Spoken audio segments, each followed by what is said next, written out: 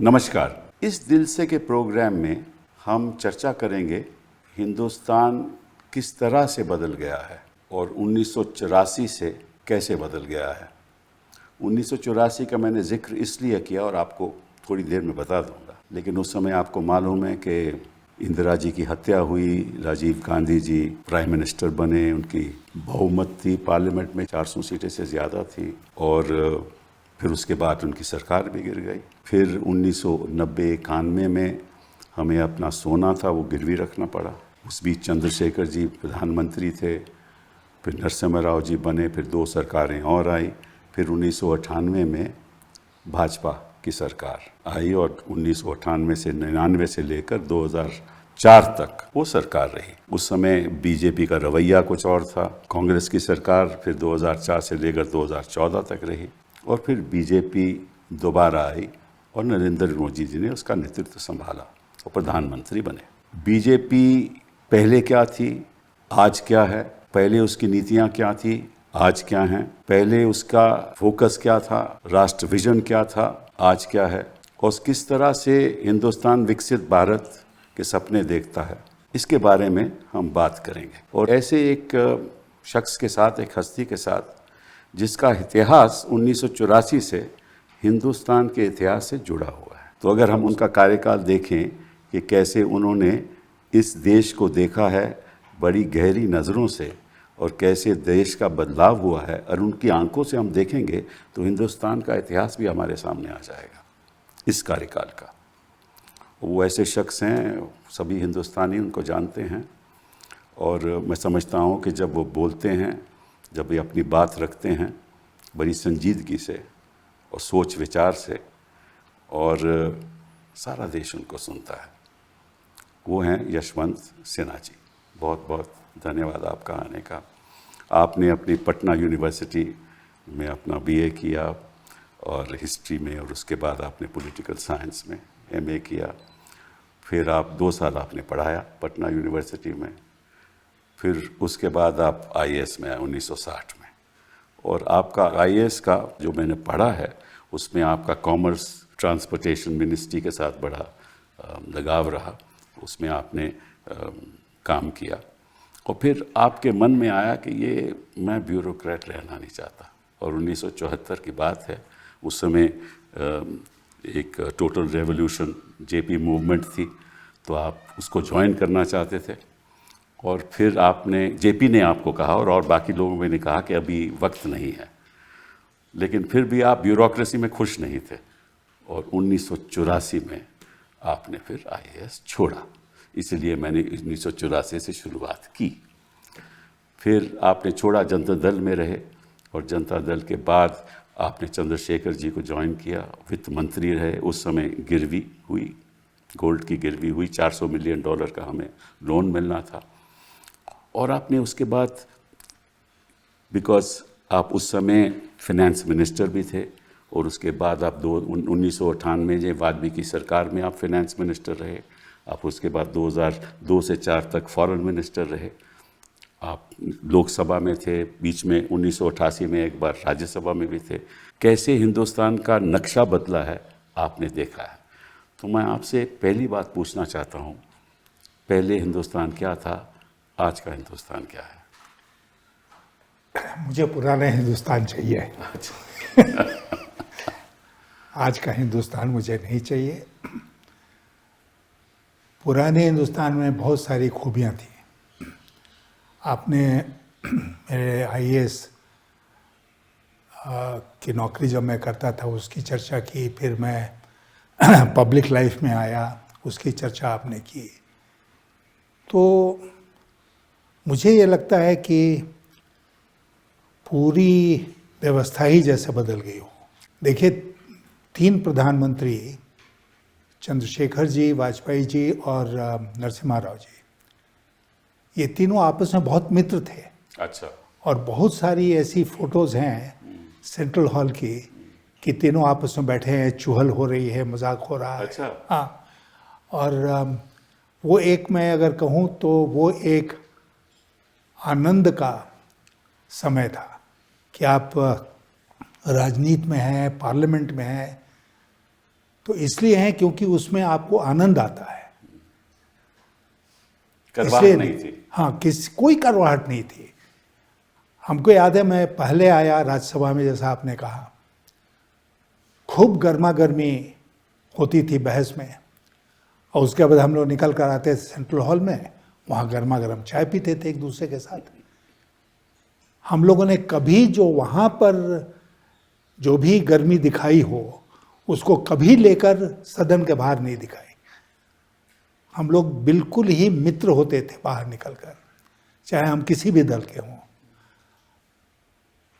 अब तो शत्रुता है ना, आप अगर हमारे साथ नहीं है तो हमारे दुश्मन हैं।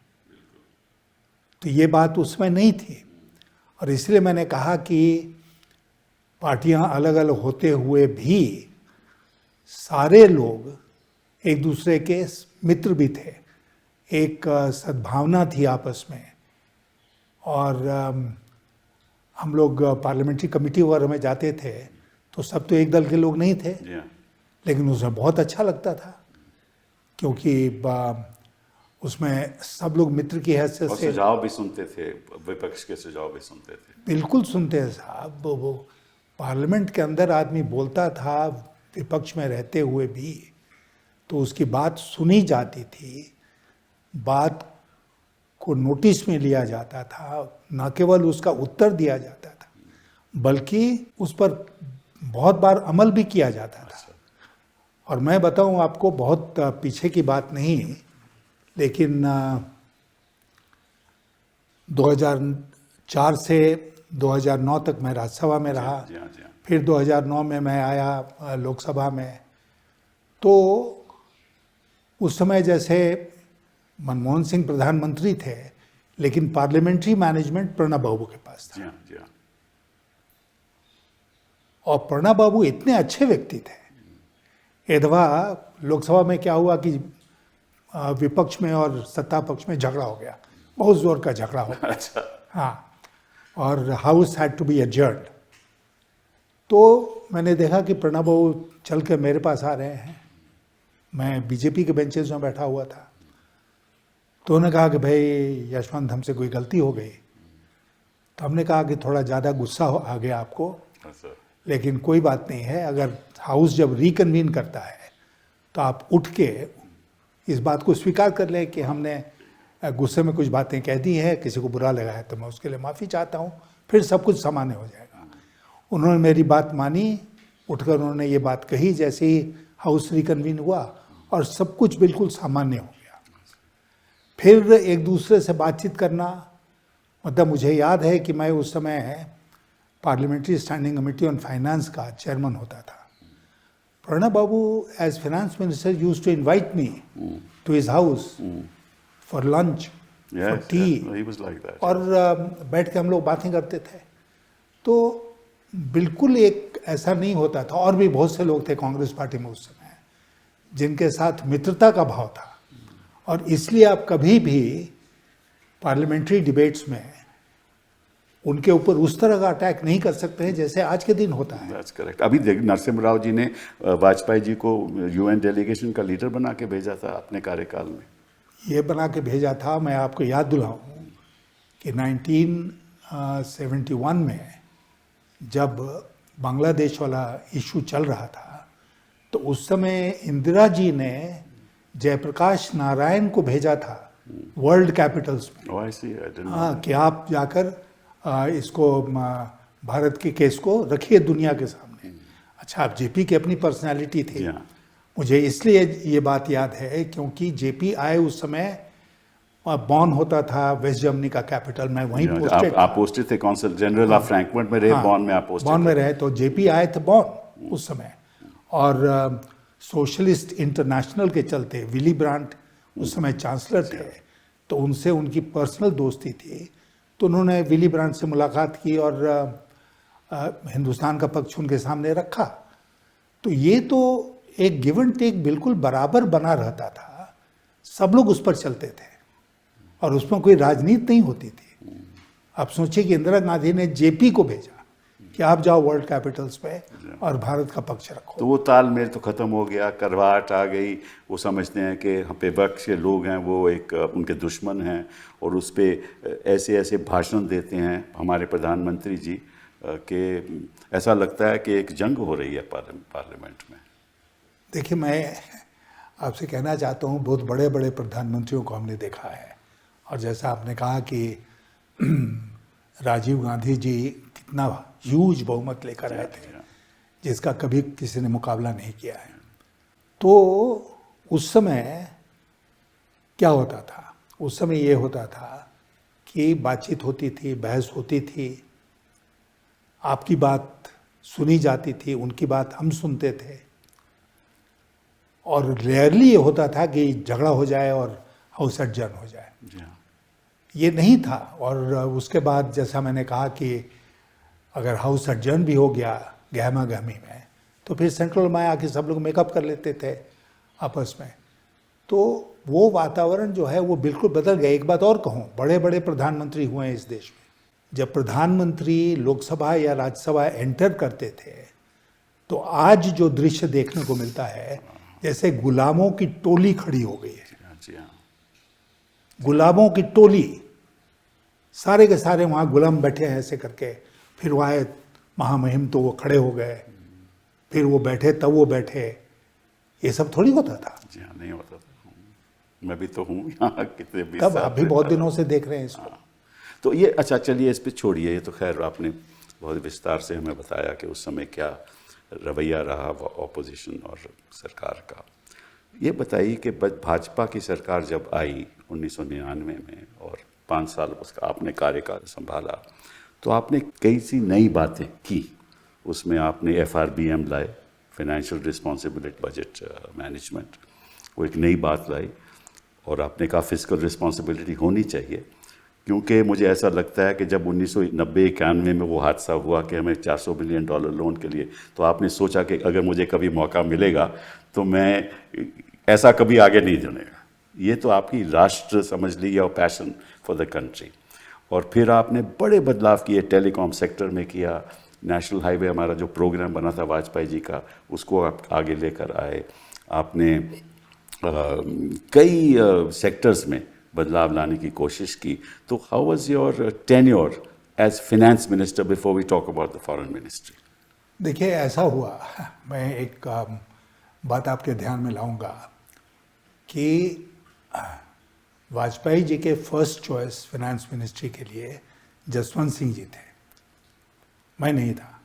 मुझे भी कोई मंत्रालय मिलता, मैं मंत्री बनता, बट शायद फाइनेंस मिनिस्ट्री नहीं मिलती। हुआ ये कि मैं पार्टी का स्पोक्स पर्सन था ऑन इकोनॉमिक इश्यूज। तो जसवंत सिंह जी अपना चुनाव लोकसभा का हार गए, और मुझे बताया गया है, मैं इसका चश्मदीद नहीं हूँ, अच्छा, कि संघ ने वाजपेयी जी के ऊपर ये दबाव बनाया कि जो लोग चुनाव हार गए हैं उनको आप मंत्रिपरिषद में मत लीजिए। और 2 लोग इसमें बाहर हो गए, एक जसवंत सिंह जी बाहर हो गए, एक प्रमोद महाजन बाहर हो गए। तो फिर ये हुआ कि भाई फाइनेंस मिनिस्ट्री किसको दिया जाए। तो अडवाणी जी ने कहा कि हम लोगों के स्पोक्स पर्सन रहे हैं यशवंत सिन्हा, उनको फाइनेंस मिनिस्टर बनाया जाए। तो इस तरह मैं वित्त मंत्री बन गया। I was the second choice. और मुझे ये कहने में कोई शर्म नहीं है कि मैं सेकेंड चॉइस था। They never regretted it, I can tell you that. और उसके बाद बहुत काम किया हम लोगों ने वित्त मंत्रालय में, हम लोगों ने बहुत काम किया। अच्छा, चूँकि मैं भाजपा में नया था उस समय, मैंने भाजपा में आया 93 में, अब ये 90 तो 5 साल की बात थी। तो भाजपा में बहुत से लोग ऐसे थे जो समझते थे कि ये न्यू कमर है, इसको इतना इम्पोर्टेंट मिनिस्ट्री क्यों मिल गया।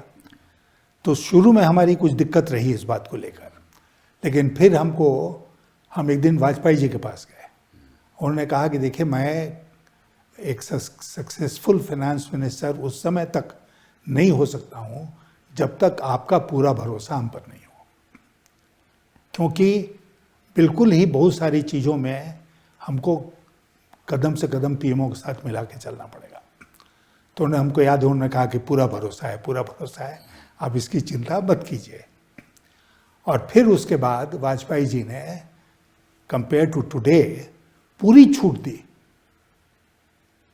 हम जाते थे उनके पास। यहाँ तो पीएमओ करता है सब कुछ, हैं? यहाँ तो पीएमओ सब आदेश कुछ करता है पीएमओ। उस समय बहुत बड़े बड़े लोग थे पीएमओ में, पावरफुल लोग थे। जी हाँ, जी हाँ, उस समय ब्रजेश मिश्रा थे, बिल्कुल बिल्कुल। एनके सिंह चले गए थे पीएमओ में फाइनेंस मिनिस्ट्री से। लेकिन वाजपेयी जी ने, उनके पास हम जाते थे जैसा कि जाना चाहिए था। 4 बार जाते थे, 5 बार जाते थे, बजट के हर पहलू को डिस्कस करते थे थ्रेडबेयर, और उनके अप्रूवल के बाद ही आगे बढ़ते थे। तो उसमें उन्होंने पूरी छूट दे रखी थी, उनके अफसर्स भी रहते थे वहाँ पर। लेकिन वाजपेयी जी एक बार कन्विंस हो जाते थे कि यही सही रास्ता है, तो फिर डिफ़िकल्ट से डिफ़िकल्ट जो हम लोगों को रिफॉर्म मेजर्स लेने होते थे वो हम लोग ले लेते थे। जैसे मैं बताऊं, एक इंश्योरेंस सेक्टर को खोलना। अब मैं भी इस राय का था कि इंश्योरेंस सेक्टर प्राइवेट सेक्टर के लिए खोला जाए, बिल्कुल, लेकिन फॉर इंडियन प्राइवेट सेक्टर खोला जाए, Correct. विदेशी के लिए नहीं खोला जाए। ये सरकार में आने के पहले मेरी राय थी। सरकार में हम आए, बहुत सारा एडवाइस हमको जब मिला। तो कांग्रेस पार्टी ने क्रिटिसिज्म भी किया कि हमारी, आपने उस समय विरोध किया था, अब आप फॉरेन इन्वेस्टर को ला रहे हो, मुझे याद है। तो हमको याद है कि फिर हमने ये प्रस्ताव दिया कि इसमें फॉरेन इन्वेस्टमेंट आए। कई कारण थे उसके। कैबिनेट में ये प्रस्ताव गया, और कैबिनेट में कुछ एलिमेंट्स थे जिन्होंने इसका बहुत ज़बरदस्त विरोध किया, ये कह के कि ये तो हम लोगों की पॉलिसी के बिल्कुल खिलाफ है। तो अटल जी ने उसमें क्या किया, उन्होंने एक छोटी सी कमेटी 3-4 लोगों की बना दी और जसवंत सिंह जी को उसका अध्यक्ष बना दिया। सही आदमी को बनाया। हाँ, उस कमेटी की एक मीटिंग हुई, और उस मीटिंग में एक ही फैसला हम लोगों ने किया कि जो प्रॉफिट होगा वो विदेशी कंपनियां बाहर नहीं भेजेंगी, उसको प्लाउ बैक इंडिया में ही करें। ये रिकमेंडेशन फिर कैबिनेट में गए, मान लिया सब लोगों ने, वो पास हो गया। फिर पार्लियामेंट में आए, पार्लियामेंट में भी बहुत ऊपर नीचे हुआ, लेकिन उसमें ही पास हो गया। तो प्रधानमंत्री का समर्थन बहुत ज़रूरी है किसी भी मंत्री को सक्सीड करने के लिए, और अगर आप वित्त मंत्रालय में है, विदेश मंत्रालय में है, तो और भी ज़रूरी है। और मैं एक बात तो आपका और कहूँ कि बहुत लोग ये कहेंगे कि भाई अटल जी तो, उनकी सरकार मिली-जुली थी, लेकिन वो भाजपा के थे, भारतीय जनता पार्टी के प्रधानमंत्री थे, पहले प्रधानमंत्री थे। लेकिन मुझे लगता है कि ऐसे कई व्यक्तित्व हुए हैं जो पार्टी में रह के एक राय रखते हों, सरकार में आकर वो राय बदलनी पड़ती है। और अटल जी की गिनती मैं उसी श्रेणी में करूँगा कि सरकार में आने के बाद बहुत सारी बातें में उन्होंने राय बदली, और वो देश के हित में बदली, जैसे नरसिम्हा राव जी ने किया। तो इसलिए मुझे ऐसा लगता है कि उस समय की तुलना अगर आज के साथ की जाए, आसमान जमीन का अंतर है।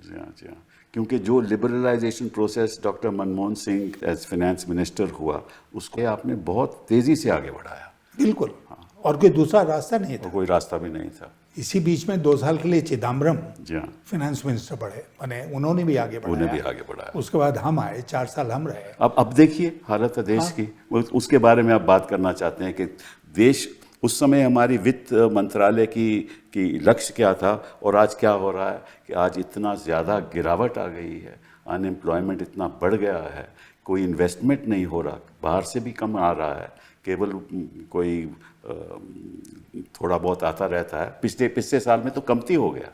देखिए, सबसे जो बेसिक बात है अर्थव्यवस्था में, और आपको कोई इकोनॉमिस्ट होने की ज़रूरत नहीं है इसको समझने के लिए, वो ये है कि आपका देश तेज़ी से तरक्की करेगा जब तेज़ी से इन्वेस्टमेंट होगा।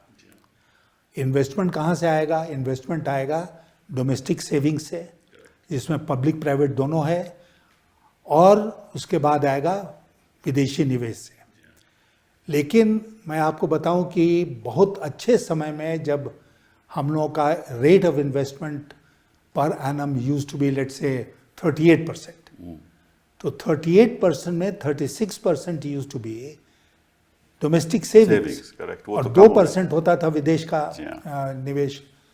तो वो जो है उस तरफ किसी का ध्यान ही नहीं है, जी हाँ, वो गिरता चला जा रहा है।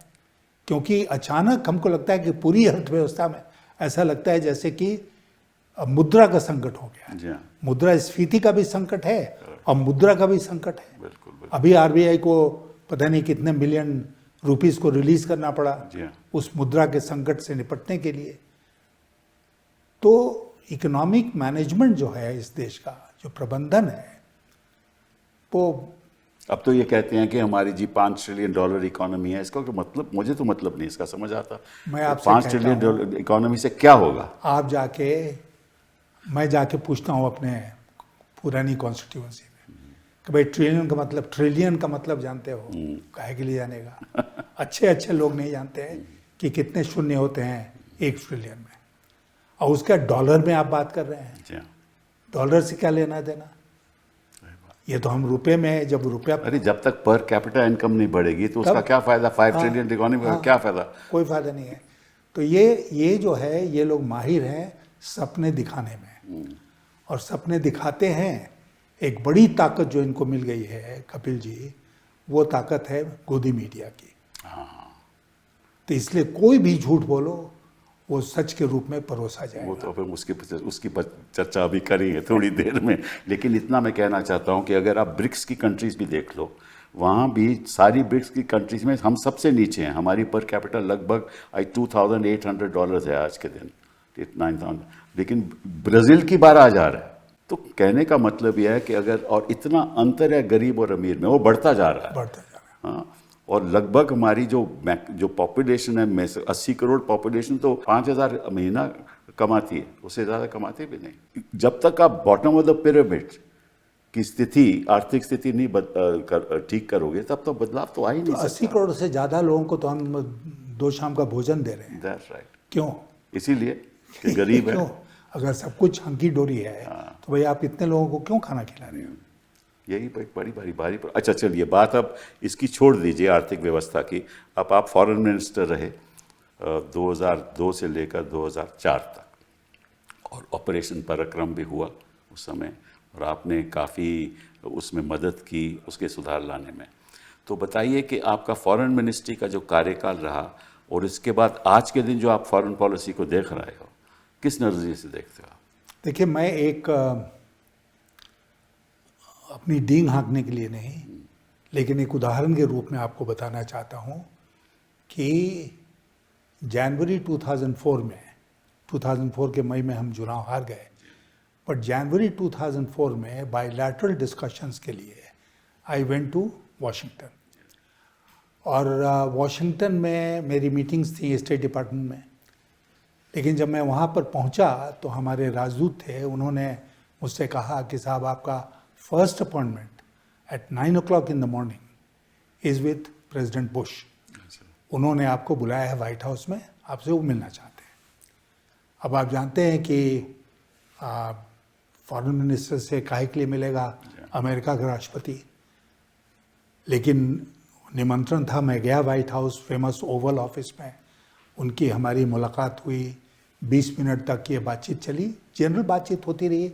उनका पूरा नेशनल सिक्योरिटी एडवाइज़र, उनके सेक्रेटरी ऑफ स्टेट, बाकी ऑफिशियल्स वहाँ पर थे, जिनके साथ बाद में हमको बात करनी थी।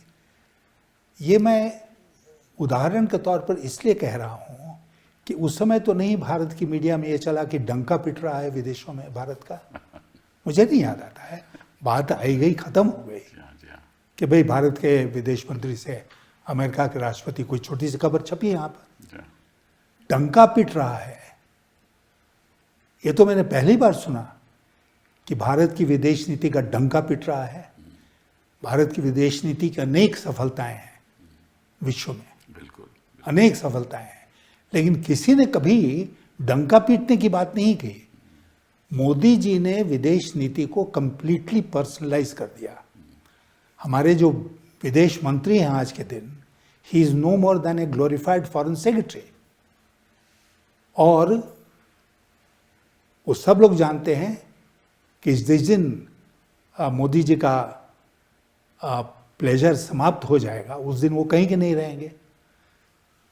तो दुनिया के दूसरे देश भी इस बात को जानते हैं। टोटल फॉरेन पॉलिसी का कंट्रोल मोदी जी ने अपने हाथ में ले लिया। That also personalised. एकदम पर्सनलाइज।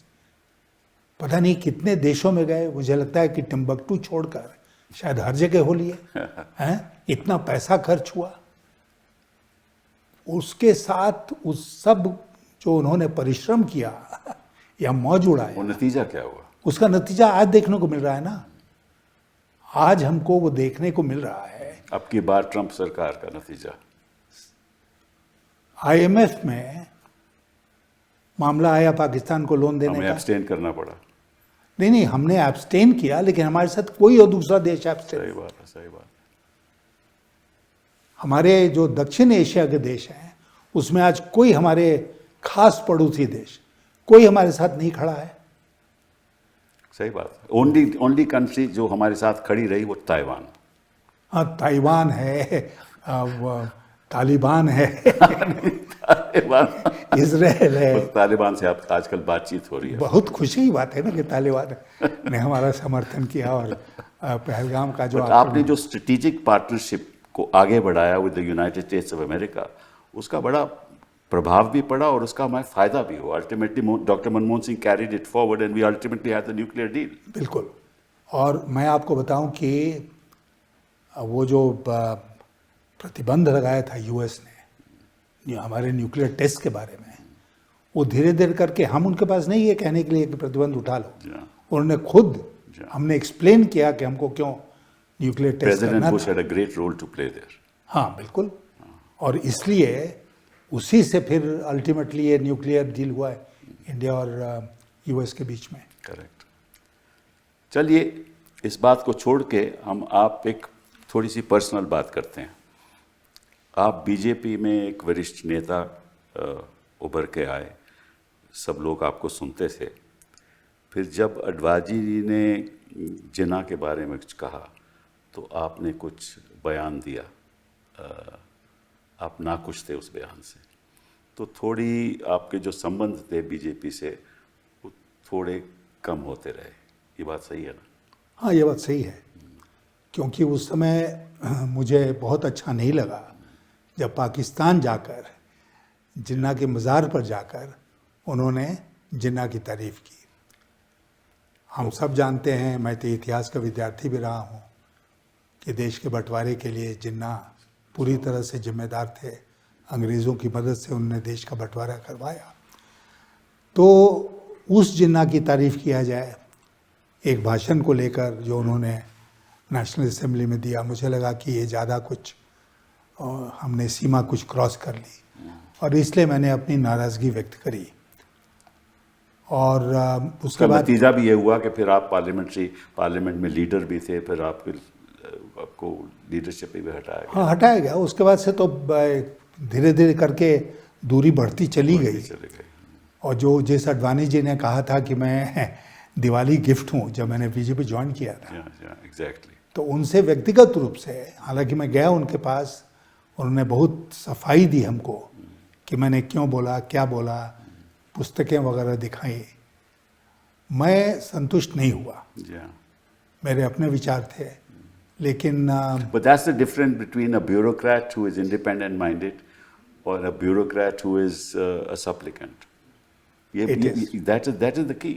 नहीं, वो की है। और मैं आपको बताऊं कि आप शायद भूल गए कि 1989 में जब मुझे आईएएस की नौकरी छोड़े हुए 3.5 साल शायद हुए थे, उस समय वीपी सिंह प्रधानमंत्री थे। उन्होंने मुझे निमंत्रण दिया कि मैं राष्ट्रपति भवन आऊँ। राष्ट्रपति भवन पहुंचने के बाद मुझे पता चला कि हमको मिनिस्टर ऑफ स्टेट बना रहे हैं, तो मैं नहीं तैयार हुआ, वापस आ गया। I did not take. There it is. अब को लोग कहते हैं कि भाई तुम उसके पहले जॉइंट सेक्रेटरी थे गवर्नमेंट ऑफ इंडिया में, तुमको मिनिस्टर ऑफ स्टेट बना रहे थे। कुछ अपनी बात में किसी दिन मैं भी बताऊंगा इसी संदर्भ तो में। इसलिए क्या है ये, तो हमको खुशी है कि मैंने उसको स्वीकार नहीं किया। बाद में वीपी सिंह मेरे पीछे पड़े रहे कि भाई ज्वाइन कर लो, तो मैं इंडिपेंडेंट चार्ज अभी आपको लिख देता हूँ और उसके बाद कैबिनेट में प्रमोशन कर देंगे। तो हमने कहा कि राजा साहब, मैं वेट करूँगा, जब आप इसके लिए तैयार हो जाएंगे कि मैं फुल कैबिनेट मिनिस्टर बनूं तो मैं आ जाऊँगा।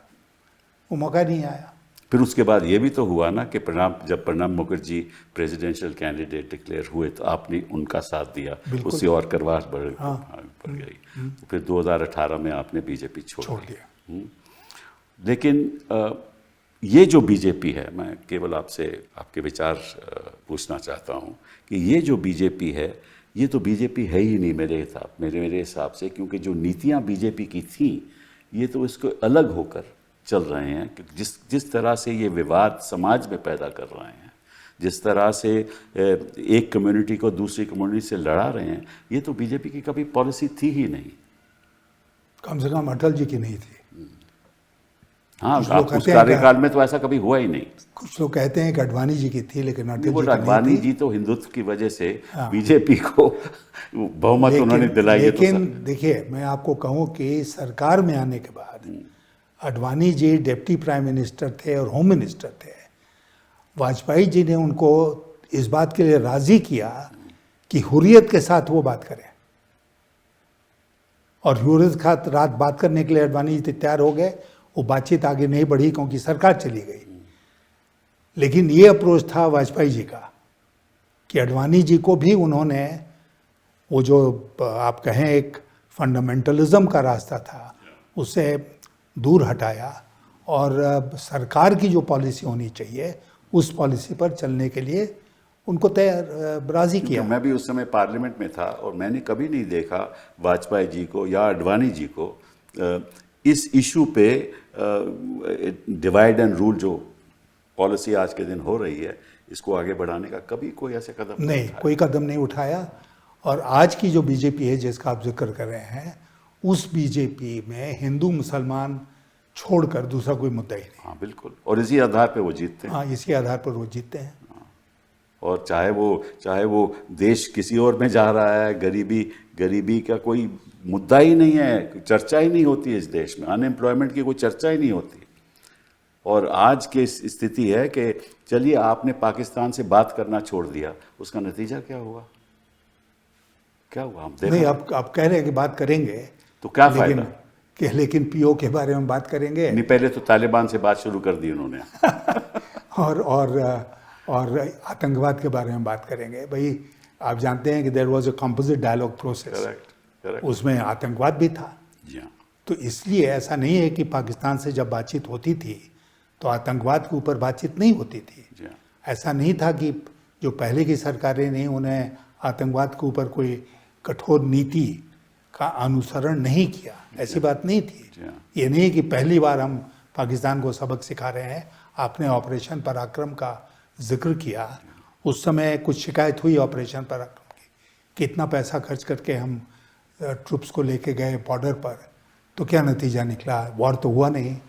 तो वॉर करना एम नहीं था। जी हाँ। एम था कि पाकिस्तान को हम दिखा दें कि हमारी कोर्स करने की ताकत क्या है, और वो हमने तैयार दिखाया। और फिर आपको याद होगा कि सार्क सम्मेलन के लिए हम लोग जनवरी 2004 में इस्लामाबाद गए, वाजपेयी जी भी गए। और उसके बाद एक जॉइंट प्रेस स्टेटमेंट, केवल 17 वाक्यों का एक joint press statement sign issue हुआ, जिसमें कि साफ तौर पर आप देखेंगे उसको तो पाकिस्तान ने ये इस बात को स्वीकार किया कि दे एक्सपोर्ट वायलेंस टू इंडिया, और आगे से नहीं करेंगे। और उसके बाद हुआ कि ठीक है, we'll resume the composite dialogue process, अगर पाकिस्तान फॉलोज कि हम टेरर को एक्सपोर्ट नहीं करेंगे उस पॉलिसी को। बट अभी तो ये कहते हैं कि अगर जब हम दो ही बातों पे चर्चा करेंगे पाकिस्तान के साथ, एक पीओके और एक टेररिज्म, तो फिर तो चर्चा होगी नहीं होगी। फिर इसका फायदा क्या है? आपने आक्रमण भी कर लिया, आपने उनको सबक भी सिखा लिया, आपकी गोदी मीडिया भी आपके साथ रहा, उसका नतीजा क्या निकला? नहीं, उसके बाद आप भूल गए, बिहार का चुनाव आ रहा है। अच्छा, भाई पुलवामा हुआ तो जी हाँ, चुनाव आ रहा था। उरी में अटैक हुआ तो उसके बाद सर्जिकल स्ट्राइक हुआ, और पूरी तरह से फ़ायदा उठाया गया। चुनाव में मोदी जी का भाषण हुआ जिसमें उन्होंने कहा कि फर्स्ट टाइम वोटर से मैं अपील करना चाहूँगा कि पुलवामा के शहीदों के नाम पर वो एक वोट हमको दें। जी हाँ। अब बताइए, नेशनल सिक्योरिटी के इशू को पुलवामा के शहीदों को पॉलिटिसाइज कर दी। पॉलिटिसाइज कर दिया। और इसीलिए अभी जो कुछ हुआ वो मैं मानता हूँ कि पूरी तरह से वो बिहार के चुनाव को ध्यान में रख के किया जा रहा है। और अभी ये जो तिरंगा यात्रा और ये सब लेके बीजेपी खुद क्रेडिट लेना चाहती है। बीजेपी के लोग अब चालू हो गए हैं ये कहने में कि साहब देखो कितना कमाल कर दिया मोदी जी ने। अभी ये किसी ने नहीं पूछा कि वो जो हमारे 26 नागरिकों की हत्या की गई टेररिस्ट के हाथों से, उसका जिम्मेदार कौन है? क्योंकि अब कश्मीर में तो आपका कार्यकाल है, अभी तो राज तो आपका कश्मीर में है ना। और जब पुलवामा हुआ तभी भी राज कश्मीर सेंट्रल गवर्नमेंट का राज था। आप ये देखिए कि पुलवामा का आज तक खुलासा हुआ नहीं, खुलासा हुआ ना। तो इसी तरह पहलगाम का भी खुलासा कभी नहीं होगा। वो एक हम बहुत कश्मीर के बीच में, जी हाँ, कश्मीर के लोगों के साथ अपने को जोड़ने के लिए, तो वहाँ पर एक हमको मिलता था देवेंद्र सिंह नाम का DSP, airport security anti terrorism का डीएसपी होता था। वो पकड़ा गया एक दिन आतंकवादियों के साथ। और जिस पुलिस ने उसको पकड़ा वो सीआरपीएफ के लोग थे शायद, तो वो नहीं जानते थे कि भाई ये खास आदमी है सरकार का। तो आतंकवादियों के साथ जा रहा था, पकड़ा गया। वो कहाँ गायब हो गया आज तक नहीं पता किसी को। उसके ऊपर मुकदमा चला नहीं चला, क्या हुआ, उसका डिमोशन हुआ, बर्खास्त हुआ, नोबडी नोस। तो इस तरह के कई अनआंसर्ड क्वेश्चंस हैं जिसके बारे में देश हम को सवाल पूछ भी नहीं सकते, बिकॉज वो 4 सवाल पूछें तो वो कहते हैं कि हम जवाब नहीं देने, या ये सवाल पूछा ही नहीं जा सकता। बताइए। हमारे चेयरमैन साहब कहते हैं, लोकसभा में अपने स्पीकर साहब कहते हैं। तो आप बताइए कि जो कुछ हुआ पहलगाम में, बैसरन में, उस पर सवाल नहीं पूछेगा देश कि 2000 टूरिस्ट वहाँ पर हैं। वो तो आप एंटी नेशनल हो जाओगे ना अगर सवाल एक सिपाही वहाँ नहीं है। जी हाँ। 1.5 घंटा आपको लगा वहाँ पहुँचने में, हेलीकॉप्टर से घायलों को उठाने में। जी हाँ। और इस बीच वो भाग गए, वो पता ही नहीं चला। आज तक नहीं पता चला उनका। हम उसको पाकिस्तान के साथ उसका जो भी हश्र करें, उन तो टेररिस्ट का क्या हुआ जो भाग गए, कहाँ लापता हो गए, जमीन खा गई उनको, आसमान ले गया, क्या हुआ? और हम कहते हैं कि आतंकवाद के खिलाफ लड़ाई। तो ये जो मुझे बताइए कि ये तो मुझे बड़ा अजीब सा लगा कि 3:30 बजे लगभग डीजीएमओ पाकिस्तान का फ़ोन आता है, डीजीएमओ हिंदुस्तान का, और फिर सीज़फायर का ऐलान हो जाता है। और इस बीच ट्रंप का बयान आ जाता है 5:30 बजे कि भाई सीज़फायर मैंने करवाया, पिछले 48 घंटे से मैं बातचीत कर रहा था। उसके बाद वाइस प्रेसिडेंट वैंस का ट्वीट आ जाता है, उससे में रूबियो का ट्वीट आ जाता है, और सभी ने ये कहा कि हमारी वजह से कार्य, और इसका कोई जवाब नहीं है। देखिए ऐसा है कि उस दिन की घटना चक्र अगर आप देखें और हमारे मोदी जी का स्वभाव ध्यान में रखें कि 3:30 बजे या 3:35 में बात होती है दोनों डीजीएमओस की, और अब मोदी जी कह रहे हैं कि भाई पाकिस्तान गुहार लगा रहा था, बेग कर रहा था कि सीज़ फायर करो। तो उन्होंने बेग किया कि सीज़ फायर करो, डीजीएमओ पाकिस्तान ने। तो हमारे डीजीएमओ ने तो फैसला नहीं लिया होगा, ना उनके डीजीएमओ ने लिया होगा, ना उनके डीजीएमओ ने। ये तो मामला कैबिनेट कमेटी ऑन सिक्योरिटी में जाना चाहिए था। कोई मीटिंग हुई क्या? नहीं। तो कैसे फैसला हो गया? और 5:30 बजे घोषणा हो गई कि सीज़ फायर हो गया, और ये कोई 100 मीटर्स डैश नहीं ना था कि ट्रम्प दौड़ते हुए फर्स्ट हो गया और फर्स्ट होके उसने कहा देखो मैंने करा दिया। करेक्ट। और हमारे लोगों का, हमारे जो हुकूमत में बैठे हुए लोग हैं, उनका आज के दिन जो स्वभाव है वो ये है कि कुछ छोटी छोटी बात होती है तो हम दौड़ के मीडिया के पास जाते हैं, देखो हमने कर दिया। तो क्यों नहीं कहा हमने? तो हमने पहले क्यों नहीं बताया? ट्रंप के कहने से पहले हमने क्यों नहीं बताया? यही तो बात है। और इसीलिए ट्रंप का, जैसा आपने कहा कि उसकी पूरी टीम ने, वाइस प्रेसिडेंट वैंस ने, सेक्रेटरी ऑफ स्टेट जो नेशनल सिक्योरिटी एडवाइजर भी हैं रूबियो, उन सब लोगों ने एक स्वर में कहा कि हमने करा दिया। और ट्रंप का बार बार बयान आ रहा है कि nuclear threshold was about to be crossed. जहां वो जाते हैं यही दोहराते हैं। और अगर ट्रंप बोल रहे हैं, जो अमेरिका के राष्ट्रपति हैं, तो भारत की तरफ से किसको बोलना चाहिए? प्रधानमंत्री जी को। प्रधानमंत्री जी पूरी तरह से खामोश। और उन्होंने एक बात और बड़ी, which is I think very serious, उन्होंने प्रेसिडेंट ट्रंप ने कहा कि मैंने इनको कहा कि अगर आप सीज फायर नहीं करोगे, नो ट्रेड विद यू। ये बात मैंने भारत को भी कही, ये बात मैंने पाकिस्तान को भी कही, उसका भी कोई जवाब नहीं है। कोई नहीं, कुछ नहीं। तो ये इसलिए बहुत सारे अनुत्तरित प्रश्न हैं, अनएक्सप्लेन्ड क्रोनोलॉजी है, जिसके बारे में पार्लियामेंट में कभी बहस होगी तो सरकार को जवाब देना पड़ेगा। नहीं, आप बड़ी गलत फहमी में हैं। लेकिन सरकार जवाब नहीं देने वाली। सरकार तो कहेगी कि हमने पाकिस्तान को दिखा दिया, क्योंकि हमने 9 जगह पे हमने आक्रमण किया ताकि टेररिस्ट कैंप को ख़त्म कर दिया, और उसके बाद जब पाकिस्तान ने जवाब दिया तो फिर हमने उनके एयरबेस पे के हमने हमला किया। और इसलिए जब हमारा जो लक्ष्य था वो पूरा हो गया तो फिर हमने सोचा कि सीज फायर हो गया तो हो गया, अच्छी बात है, तो हमारा तो लक्ष्य पूरा हो गया। ये उनका जवाब है, मैं आज ही आपको बता सकता हूँ। नहीं, वो तो कहेंगे, वो तो अपनी तरफ से कहेंगे ही कि हमारा तो अगर लक्ष्य पूरा हो गया तो सीज फायर की तो जरूरत ही नहीं थी। हाँ, तो क्या जरूरत थी। अच्छा, अब दुनिया में आप जानते हैं कि ऐसे बहुत सारे उदाहरण हैं जिसमें यूनिलैटरल सीज फायर होता है। जी हाँ, जी हाँ, जी हाँ। चीन ने 1962 में यूनिलैटरल सीज फायर की घोषणा की थी। तो हमने यूनिलैटरल सीज फायर की घोषणा क्यों नहीं कर दी कि भाई हमने जो करना था वो कर दिया, अब सीज फायर। ये अमेरिका को या और किसी देश को बीच में आने की क्या जरूरत थी? बिल्कुल सही। और मोदी जी बोलते क्यों नहीं इस मुद्दे पर? तो ये तो एक न्यू नॉर्मल हो गया ना। यही न्यू नॉर्मल हो गया। हाँ। तो चलिए इस बात को छोड़ते हैं। एक बात और आपसे, वो बड़ी सीरियस बात ये कि प्रधानमंत्री जी कभी प्रेस के सामने आते ही नहीं। आपने कार्यकाल में कई प्रधानमंत्री जी देखे, कभी ऐसा हुआ पहले? कभी नहीं, कभी नहीं। राजीव गांधी, चंद्रशेखर जी, नरसिम्हा राव जी, गुजराल जी, अपने कर्नाटका से अपने देवेगौड़ा जी, फिर वाजपेयी जी, फिर अगेन डॉक्टर मनमोहन सिंह, कभी तो ऐसा हुआ ही नहीं, मैंने कभी देखा ही नहीं। तो और देखो आप प्रेसिडेंट ट्रंप को देखो, वो रोज प्रेस के सामने आते हैं। हाँ, उनको खैर, बल्कि वो नेगोशिएशन भी प्रेस के सामने नेगोशिएशन भी प्रेस के सामने ज़ेलेंस्की के साथ किया बातचीत। तो ये भी एक लोकतंत्र में एक इतनी गिरावट आ जाए कि the prime minister of India is not answerable to anybody in this country.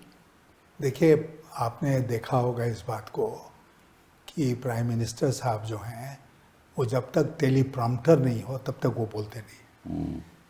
Teleprompter से बोलते हैं। जी हाँ, ये बात तो सही है। अब आप प्रेस कॉन्फ्रेंस करेंगे तो कौन सा टेलीप्रॉम्प्टर लगा होगा? जब व्हाइट हाउस में प्रेस कॉन्फ्रेंस हुआ तो टेलीप्रॉम्प्टर भी लगा हुआ था मोदी जी के सामने, और उसके बाद एक सवाल आया तो उसमें कितना फुहड़ जवाब दिया। जी हाँ, मुझे याद है। हाँ। आपको याद होगा। तो he just can't handle press conference. जैसे वो बहुत सारी चीज़ों का हैंडल नहीं कर सकते हैं, उसमें एक प्रेस कॉन्फ्रेंस भी ही जस्ट कांट। तो बहुत सी चीज़ें क्या है, ज़रा हमें बता दीजिए। चलिए इसको छोड़ते हैं। अब आखिरी बात हम करेंगे कश्मीर की।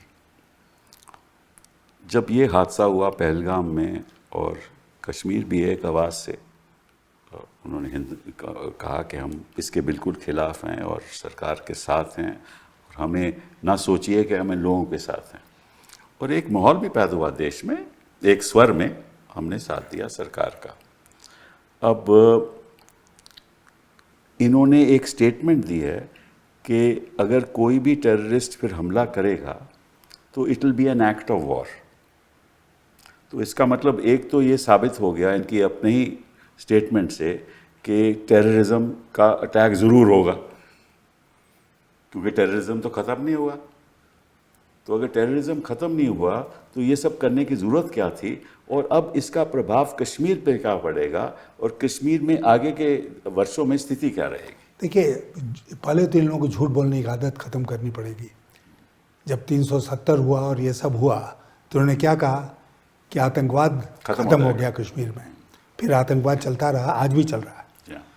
और मैं मानता हूँ कि कश्मीरियों ने जो भावना दिखाई इस पहलगाम के अटैक के बाद, उसकी जितनी भी तारीफ की जाए वो कम होगी। बिल्कुल सही। एंड ये एक इतना इम्पॉर्टेंट टर्निंग पॉइंट है हमारी हिस्ट्री में कि अगर हम ढंग से कश्मीर के लोगों के साथ बातचीत करें तो कश्मीर पूरा का पूरा हमारे साथ आ जाएगा, और उनको लाना चाहिए हमको अपने साथ। असेंबली के इलेक्शन भी होने चाहिए। बिल्कुल होने चाहिए, उनका स्टेटहुड रिस्टोर होना चाहिए, असेंबली के इलेक्शंस होने चाहिए, इसमें बिल्कुल देरी नहीं, बट हम लोगों ने खुद एलियनेट किया हुआ है उनको। जी हाँ।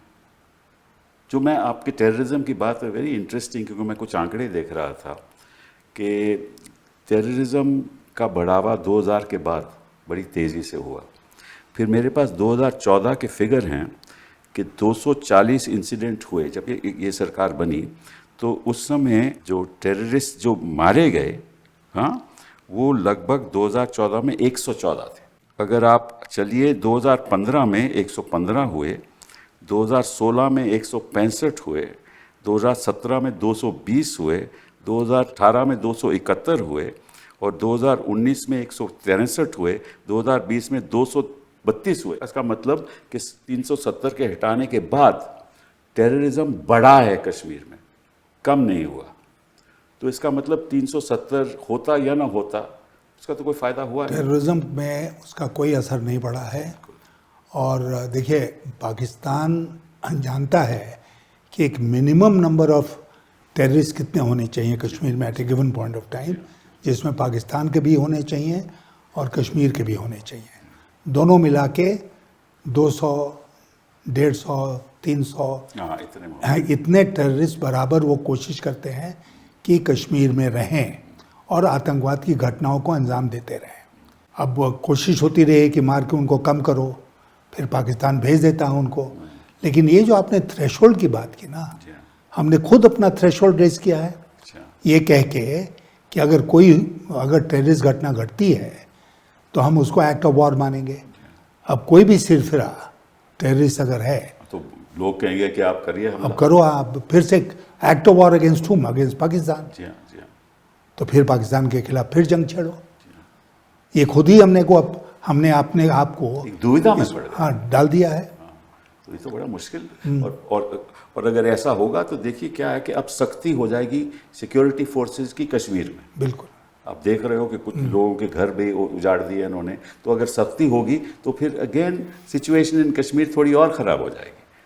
तो ये जो इनकी नीतियां हैं, ये सुधारने की नीतियां नहीं हैं। जैसे आपने कहा, केवल एक ही लक्ष्य है कि किसी तरीके से अगला इलेक्शन जीता जाए, बस, और कुछ नहीं। तो इसीलिए मैंने सोचा कि क्योंकि आप 1984 से आप पॉलिटिक्स में आए और उसके बाद आपने हिंदुस्तान के जो रवैया रहा और नीतियां रही, जिसमें आपने बहुत बड़ा योगदान दिया हिंदुस्तान को आगे बढ़ाने का, और आज की स्थिति क्या है उस पर चर्चा इसलिए मैंने की क्योंकि आपके नज़र से जो हिंदुस्तान आपने देखा और जो हिंदुस्तान हम दोनों देख रहे हैं, उसमें बहुत भारी अंतर है और लोकतंत्र को बड़ा ख़तरा है। और इसलिए बहुत ज़रूरी है कि इन बातों को लोगों तक पहुंचना चाहिए और लोगों को समझना चाहिए कि सत्य क्या है, असत्य क्या है, और क्या रास्ता जनता को अपनाना चाहिए ताकि हिंदुस्तान बरकरार रहे। बिल्कुल। बहुत बहुत धन्यवाद आपका। Thank you.